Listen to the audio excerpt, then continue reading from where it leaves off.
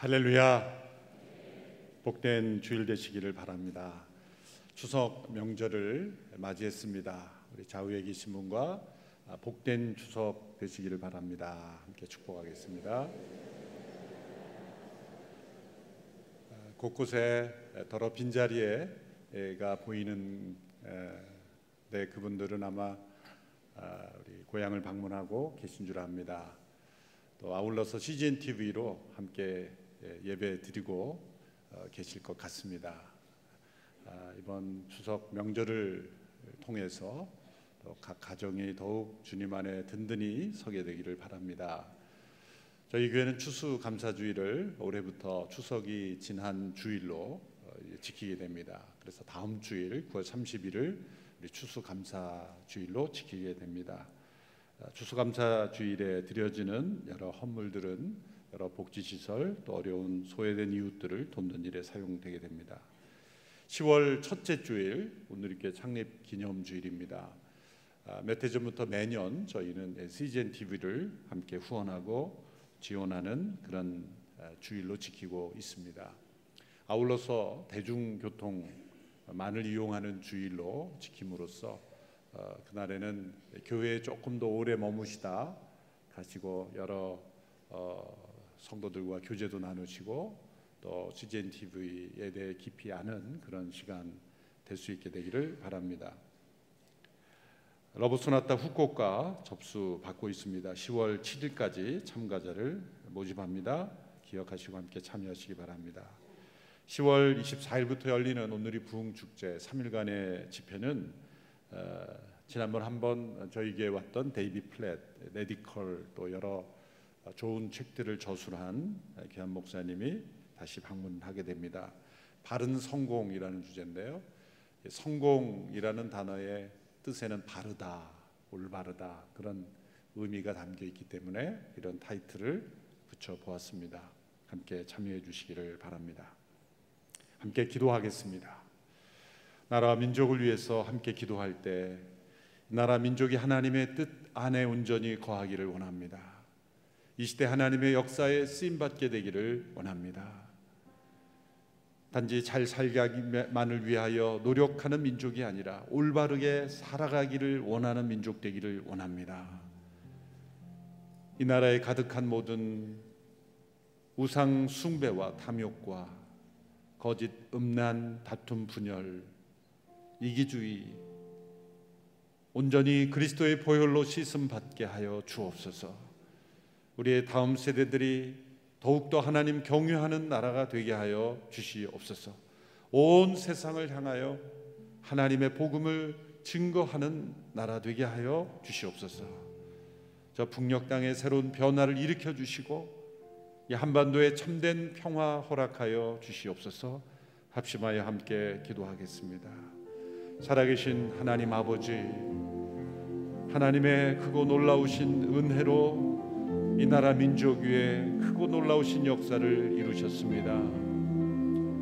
생각할수록 하나님의 기적이고 돌이켜 볼수록 감사할 것밖에 없지만 저희들의 마음속에는 불평이 가득했고 원망이 가득했고 이기심과 다툼과 분열로 얼룩졌고 다툼과 우상 숭배와 탐욕과 거짓 음란과 부정으로 우리의 삶이 얼룩졌음을 고백하며 회개하오니 하나님 아버지, 하나님의 온전하신 뜻 가운데 바로 서는 민족 되게 하여 주시고 하나님의 말씀 앞에 바로 회개하며 나아가는 저희들이 되기를 원하며 이 나라 민족의 미래가 하나님 앞에 온전히 드려지기를 원하고 온 세상에 하나님의 복음을 증거하기에 부족함이 없는 민족이 되게 하여 주시고 세월이 흘러갈수록 더욱 믿음 위에 굳게 서는 우리의 자녀들, 우리의 다음 세대들이 되도록 역사하여 주시기를 간절히 원합니다.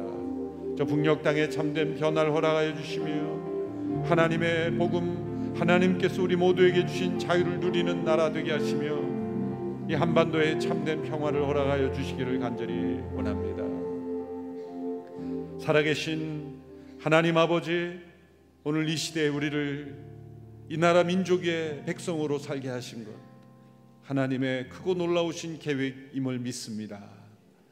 우리 모두가 하나님의 뜻 가운데 이 나라 민족이 바로 서기를 간절히 기도하오니 우리 모두가 함께 하나님 앞에 온전히 회개함으로 하나님 앞에 바로 서는 저희들 되게 하옵소서.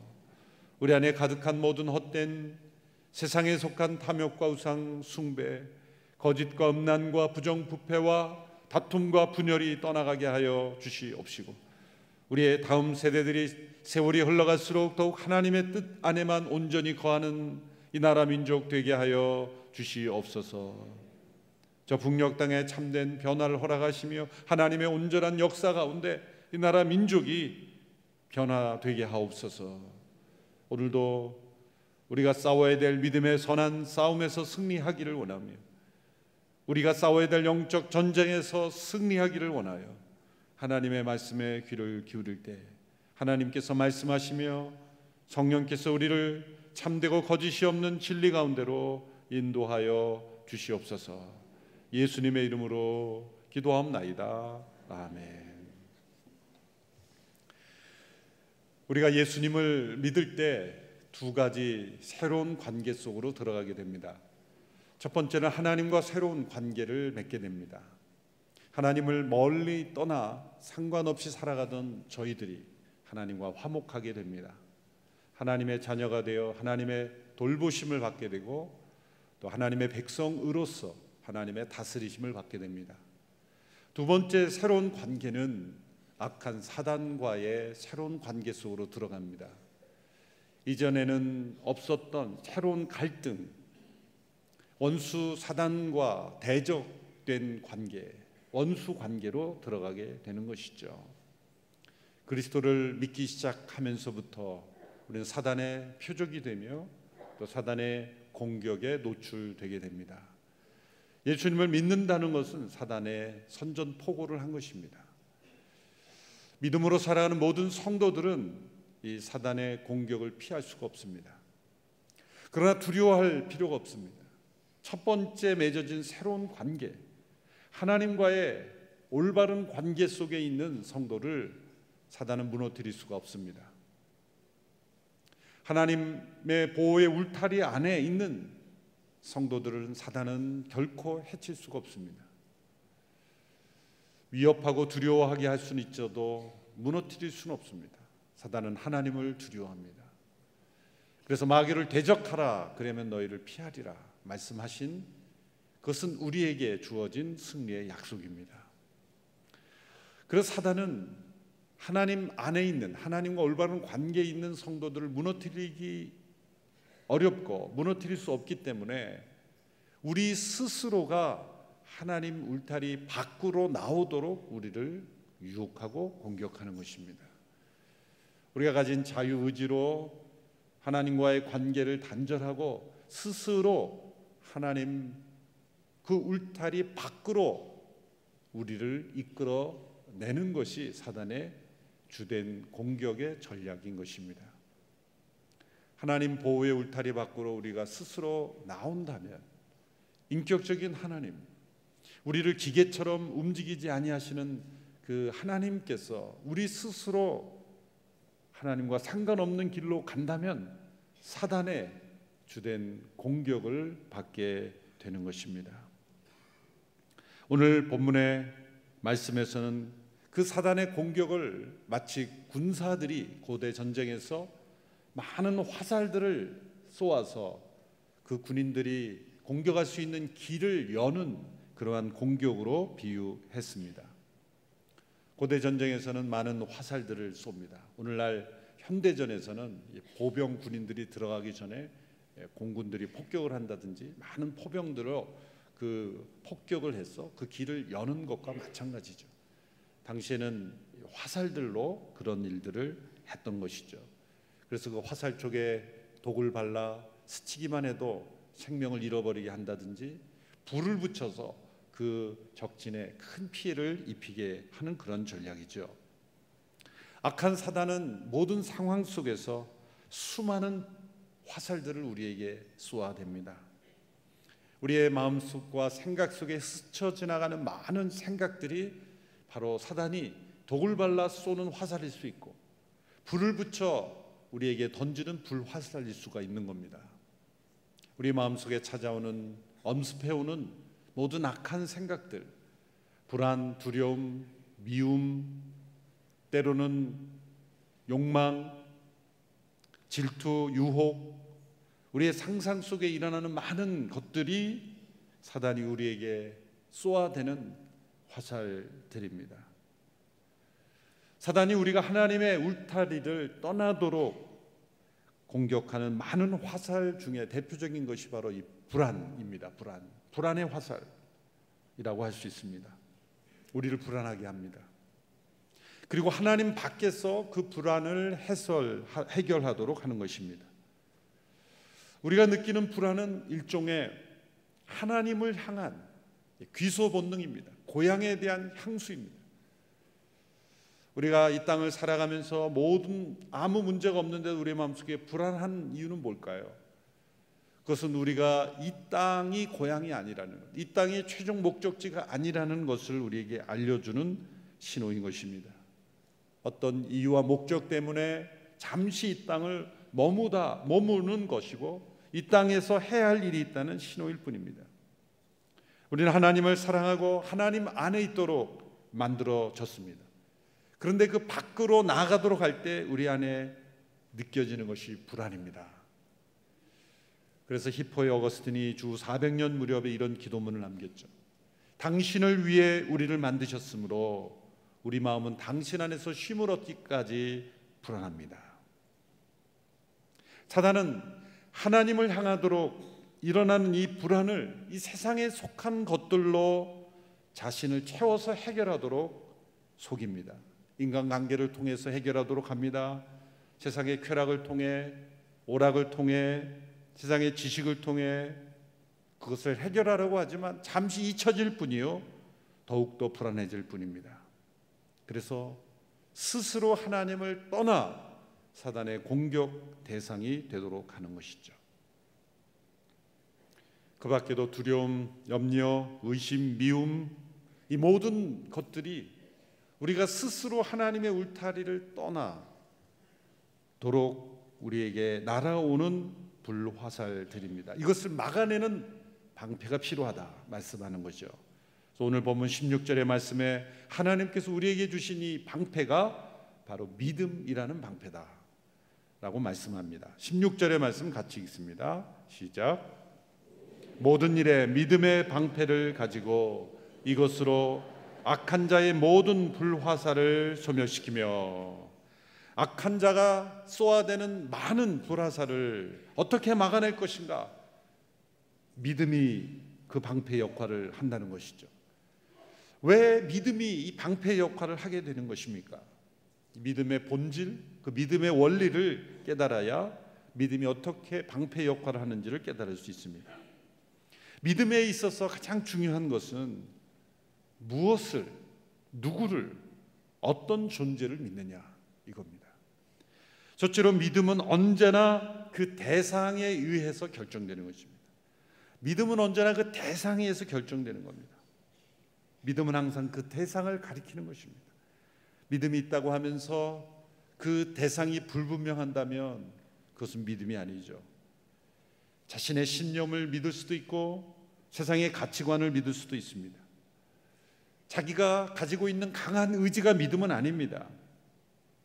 때로 믿음이란 의지를 강하게 만들기도 하지만 믿음이 곧 강한 의지는 아닌 것입니다. 믿음은 그 대상이 어떤 존재이냐에 따라 결정되는 것입니다.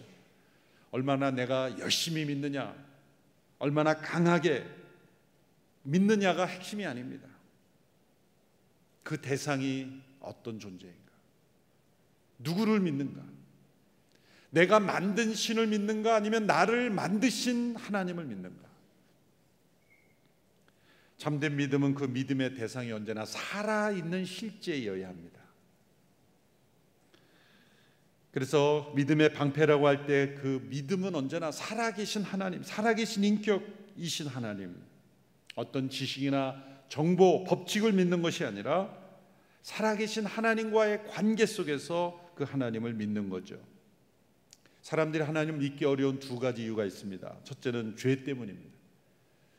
죄가 이 믿음을 파괴한 것입니다. 살아계시며 천지를 창조하시며 우리를 그 만드신 인도하신 그 하나님을 믿음으로 살아가는 삶을 파괴한 것입니다. 하나님께서 행하신 일을 믿는 믿음을 파괴했습니다. 대신에 사람들이 우리의 눈을 믿게 만들었습니다. 그래서 하나님을 믿기 어려운 이유는, 두 번째 이유는 바로 사람들이 스스로의 눈을 믿기 때문이에요. 사람들은 눈으로 봐야 믿습니다. 그러나 사실 눈으로 본 것을 확인한 것이지 믿는 것이 아닙니다. 믿음이란 보이지 않는 것, 눈으로 볼 수 없는 것에 대해 필요한 것입니다. 믿음은 바라는 것들의 실상이요 보이지 않는 것들의 증거라고 했습니다. 죄는 눈으로 보이지 않는 하나님을 믿지 못하게 하고 눈으로 보이는 것만 보며 살아가도록 우리를 왜곡시킨 것입니다. 그래서 하나님께서 행하신 일들은 우리를 구원하시는 일을 이루시는 것, 예수님의 십자가를 통해 우리의 죄를 온전히 용서하실 수 있는 일을 행하신 것만이 아니라 죄로 말미암아 깨어진 인간 안에 깨어져 버린 상실된 이 믿음을 회복시켜 주시는 일, 믿음을 만들어 주시는 일까지 행하신 것이 하나님의 일입니다. 예수 그리스도의 십자가를 통해 모든 사람이 죄 용서를 받고 구원받을 수 있는 길을 마련하셨다 할지라도 사람들의 마음속에 믿음이 없다면 그것이 작용되지 않는 것이군요. 그 은혜가 우리에게 부어질 수가 없기 때문에 그 은혜가 부어줄 수 있는 통로, 그 길을 우리에게 믿음을 통해 만들어 주신 거예요. 그래서 믿음도 하나님의 선물이요, 하나님의 역사인 거죠. 히브리서 12장 말씀에 그래서 믿음의 주요 온전케 하신 예수를 바라보라 할 때, 믿음의 주라는 건 믿음의 창시자, 믿음의 시작자, 우리에게 믿음을 일으켜 주시는 하나님이시라는 거예요. 그래서 믿음은 내 스스로가 만드는 게 아닙니다. 내가 믿는 대상이 나에게 가져다 주는 거예요. 누군가를 우리가 믿는다고 할 때 생각해 보세요. 내가 그 사람을 왜 믿게 되었는가를 가만히 생각해 보세요. 처음 보는 어떤 사람을 내가 저 사람 믿어야지라고 굳센 의지로 달려들어서 믿게 된 게 아니에요. 그 사람의 행동, 말을 지켜보니 믿음이 나에게 찾아온 거예요. 어떤 사람은 첫 인상이 참 믿음이 가지 않아서 믿업지 않았다 그랬죠. 우리말로 믿업지 않다. 믿업지 않았는데 시간이 흘러갈수록 점점 믿음이 굳게 가는 사람이 있고, 어떤 사람은 철석같이 믿었는데 시간이 흘러갈수록 믿음이 소멸되는 사람이 있잖아요. 그러니 내가 아무리 믿겠다고 소리를 지르고 내가 아무리 믿겠다고 의지를 강하게 만들어도 중요한 건 대상이 누구냐에 따라 믿음은 없어지기도 하고 세워지기도 하는 거예요. 그래서 믿음은 나로부터 시작되는 게 아니라 내가 믿는 대상이 그 믿음을 결정하는 것이다. 우리가 왜 하나님을 믿습니까? 하나님이 신실하시기 때문이에요. 성경을 계속 읽어가다 보면 믿음이 생깁니다. 왜? 하나님은 말씀하시고 그대로 행하시고 그대로 이루어졌기 때문이에요. 아직 이루어지지 않는 약속을 소망으로 바라보는 까닭은 이미 주신 말씀과 약속이 그대로 역사 속에 이루어졌기 때문에 하나님을 믿게 되는 거죠. 믿음은 언제나 그 대상이 결정하는 거예요. 나는 누구를 믿고 있습니까? 내가 믿는 하나님은 어떤 분입니까? 그 대상이 믿음을 결정하는. 그래서 두 번째로 믿음은 구체적으로 하나님의 약속에 대한 우리의 반응인 것입니다. 믿음은 하나님의 약속에 대해 우리가 반응하는 것, 하나님을 믿는 것, 그것은 하나님의 약속이 신실하게 이루어졌기 때문에 믿는 것이죠. 그러나 우리는 신실하지 못하기 때문에 우리에게는 시험이 필요해요. 왜 우리에게 시험이 다가옵니까? 하나님은 신실하지만 우리가 신실하지 못하기 때문에 우리의 믿음을 자라가기 위해서 시험이 필요한 겁니다. 그래서 믿음은 반드시 시험을 통과하며 자랍니다. 저는 하나님을 온전히 믿기에 시험이 전혀 필요 없습니다라고 말할 수 있는 사람은 아무도 없습니다. 우리 모두는 그 믿음이 시험을 통해서 통과하며 자랍니다. 아브라함은 자녀를 주신다는 그 약속을 25년간을 기다리는 시험을 받았어요. 그 시간 자체가 시험입니다. 수많은 유혹과 불신앙으로 때로 넘어지고 실패하지만 하나님은 그 약속에 신실하시기에 아브라함과 사라는 끊임없이 넘어졌지만 결국 여러 시험을 통해 믿음이 확인되었어요. 약속의 자녀 이삭을 주신 이후에도 그 독자 이삭을 하나님께 바치라는 시험을 하셨습니다.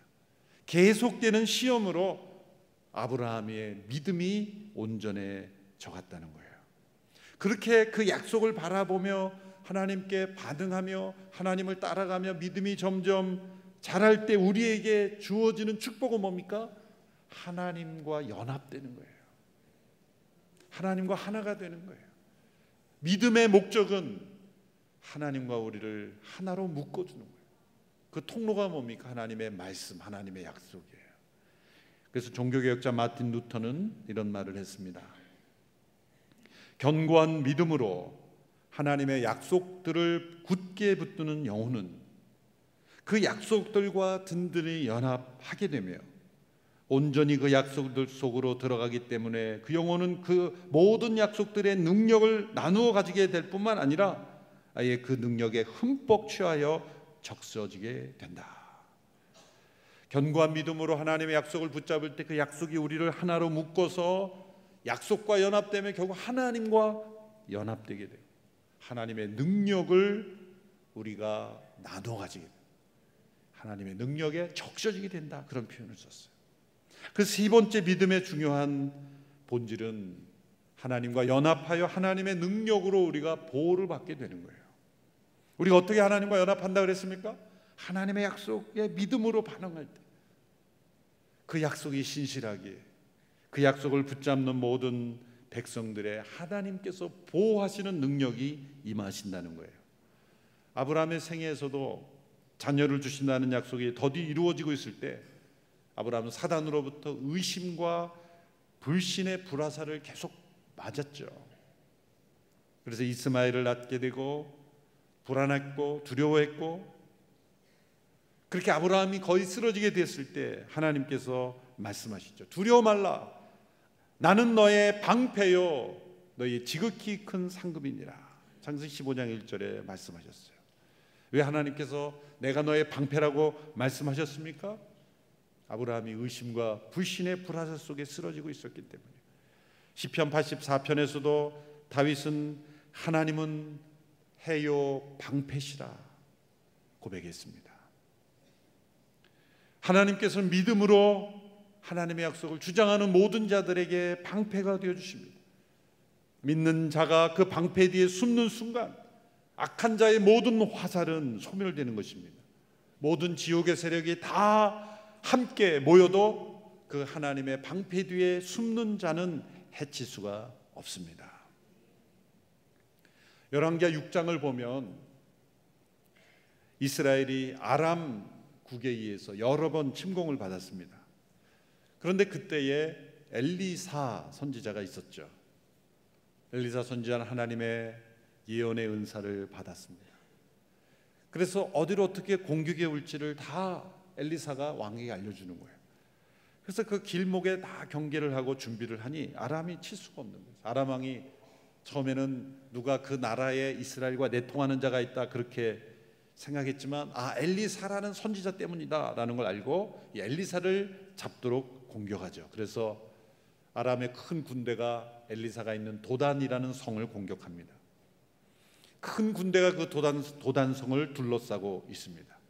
엘리사의 젊은 종이 그것을 보고 두려워하여 엘리사에게 말합니다. 두려움의 불화살을 받은 거예요. 큰 군대가 있으니 젊은 종은 두려운 거예요. 큰 두려움의 불화살이 쏟아지고 있었습니다. 내 주여 우리가 어떻게 해야 합니까? 떨며 물었습니다. 그때 엘리사 선지자는 말했습니다. 두려워하지 마라. 우리와 함께하는 자들이 저들과 함께하는 자들보다 많다. 함께 따라해 보십시오. 두려워하지 마라. 우리와 함께하는 자가 저들과 함께하는 자보다 많다. 그리고 엘리사가 기도했어요. 주여 그의 눈을 열어 보게 하소서. 그때 하나님께서 그 청년의 눈을 열어주셨는데 그가 보니 수많은 불말과 불 전차가 산에 가득했는데 엘리사를 둘러싸고 있는 것이었어요. 우리 눈에 보이지 않지만 하나님의 말씀 속에 하나님의 약속을 주장하고 하나님과 연합된 하나님의 사람들은 수많은 하나님의 능력으로 보호하고 계시다는 거예요. 우리 눈에 보이지 않았을 뿐이에요. 우리는 눈에 보이는 모든 것들이 우리를 보호하고 있다고 생각하지만 내가 가진 물질, 지식, 경험 그 모든 것이 내가 관리하는 건강이 나를 보호한다는 것이 한다고 생각하지만 우리 눈에 보이지 않는 수많은 하나님의 보호하심이 믿음으로 하나님의 약속을 따라 살아가는 자들을 보호하고 계시는 거예요. 우리 눈에 보이지 않는 하나님의 수많은 천군 천사들, 불말과 불 천사들, 선지서에 보면 불성과 불기둥으로 우리를 지켜주시는 것이죠. 두려움의 불화살이 날아올 때마다 이렇게 믿음의 방패를 사용하십시오. 우리와 함께하는 이들이 저들과 함께하는 이보다 많으니라. 그래서 믿음으로 모든 불화살을 막고 승리할 수가 있는 것입니다. 이렇게 믿음은 방패 역할을 하는 거예요. 믿음은 우리가 믿는 그 대상에 따라 결정된다 그랬어요. 또 하나님의 약속을 주장할 때 그 하나님의 보호하심이 우리에게 함께 하시는 은혜로 방패 역할을 한다 그랬어요. 또 한편으로 그 믿음은 우리에게 예비된 다른 세상으로 들어가는 문이 됨으로써 우리를 보호하신다고 말할 수 있습니다. 본문에서 이 방패라는 단어의 헬라어의 단어는 문이라는 단어에서 파생된 단어입니다. 그것은 고대 로마 군인들이 썼던 방패가 전신을 가릴 수 있는 큰 문처럼 크기 때문이기도 하지만 또 다른 면으로 볼 때 믿음은 문과 같기 때문이라고 생각합니다. 이 세상에 갇혀 사는 인생이 아니라 우리에게 예비된 영원한 세상으로 들어가는 문이 되기에 이 세상에서 방패 역할을 하기도 하지만 궁극적으로는 우리가 방패로서만 믿음을 쓰는 게 아니에요. 이 세상의 모든 악한 자와 언제까지 막아내기만 하며 살 거예요. 더 이상 공격할 수 없는 곳으로 들어가 버리면 끝나는 거예요. 그렇죠? 화살이 쏟아지는 곳에 영원히 우리가 있도록 하시는 것이 하나님의 계획이 아니에요. 언젠가 우리는 이 믿음으로 그 문으로 다시는 공격이 없는 세상으로 우리를 인도하시는 거예요. 우리가 그 하나님의 진리를 믿을 때 때로는 그 문으로 영원한 세상을 경험하며 살아가는 거예요. 그래서 우리가 하나님을 믿는 것, 예수 그리스도를 통해 우리에게 주신 이 성경을 믿는 것은 세상이 보지 못하는 문으로 들어가 다른 세상을 볼 수 있기 때문이에요. 유명한 C.S. 루이스가 이런 말을 했죠. 나는 태양이 떴다고 믿는 것처럼 기독교를 믿는다. 단지 내가 그것을 보기 때문이 아니라 그 태양에 의해서 다른 모든 것을 볼 수 있기 때문이다. 여러분, 최선의 방어는 뭡니까? 있어야 될 곳에 있고 바라보아야 될 것을 바라보는 거예요. 믿음은 영원한 세상을 열어주는 문이 되기에 그것은 누구도 공격할 수 없는 사단의 불화살이 이 세상 속에서는 우리를 쏠 수 있지만 영원한 하나님의 나라는 쏠 수가 없는 거예요. 그래서 믿음이란 뭡니까? 더 큰 것을 받아들이기 위해서 그보다 작은 모든 것을 다 거절하는 거예요. 믿음이란 단순합니다. 가장 좋은 것을 택하는 겁니다. 온전한 것을 택하는 겁니다. 반드시 내게 있어야 될 것을 택하는 겁니다. 죽음이 눈앞에 있다면 죽음 너머에 있는 영원한 생명을 붙잡는 것은 당연한 거죠. 크고 위대하시며 전능하신 그 하나님을 믿기를 선택했을 때 우리는 그 밖의 모든 것을 다 거절하는 것입니다. 하나님은 우리에게 새하늘과 새 땅을 예비해 주셨습니다. 우리는 믿음으로 그 나라에 들어갑니다. 구원받기 위해서만 믿는 게 아니라 매일매일 그 믿음으로 살아갈 때 우리는 믿음으로 의롭게 된 것처럼 믿음으로 온전케 될 것입니다. 그래서 날마다 우리는 이렇게 기도해야 합니다. 주여 우리에게 믿음을 더하여 주시옵소서. 그 믿음이 방패처럼 우리를 보호해 주실 것입니다. 하나님은 신실하십니다. 하나님 그 약속에 신실하시기에 그 신실하신 하나님을 날마다 바라볼 때 우리도 신실한 믿음의 사람들로 살아갈 때 그 어떤 사단의 공격도 우리를 무너뜨릴 수 없는 믿음의 방패는 능력을 발휘하게 될 줄로 믿습니다. 우리 함께 찬양할 때 아까 불렀던 오 신실하신 주 찬양을 함께 부르고 마치도록 하겠습니다. 신실하신 하나님을 바라보며 우리의 믿음을 경고케 하기를 바랍니다. 오 신실하신 주 내 아버지여 늘 함께 계시니 두려움 없네. 그 사랑 편찮고 날 지키시며 어제나 오늘이 한결같네. 오 신실하시는 오 신실하신 주 날마다 자비를 베푸시며 일용할 모든 것 내려주시니 오 신실하신 주 나의 구 4절 함께 부릅니다. 내 죄를 사하여 안위하시고 주신이 오셔서 인도하네. 오늘의 힘내고 내일의 소망 주만이 만모를 내리시네. 오 신실하신 주 오 신실하신 주 날마다 자비를 베푸시며 일용할 모든 것 내려주시니 오 신실하신 주 나의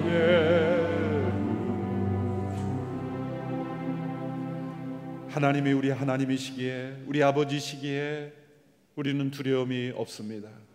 하나님이 신실하시기에 우리는 날마다 믿음으로 살아가기에 우리에게는 불안하지 않습니다.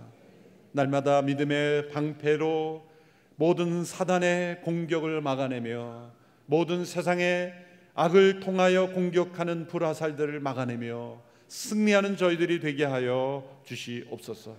우리를 보호하시는 하나님의 능력을 날마다 체험하며 그 보호하심 속에 믿음으로 살아가는 저희들 되게 하옵소서.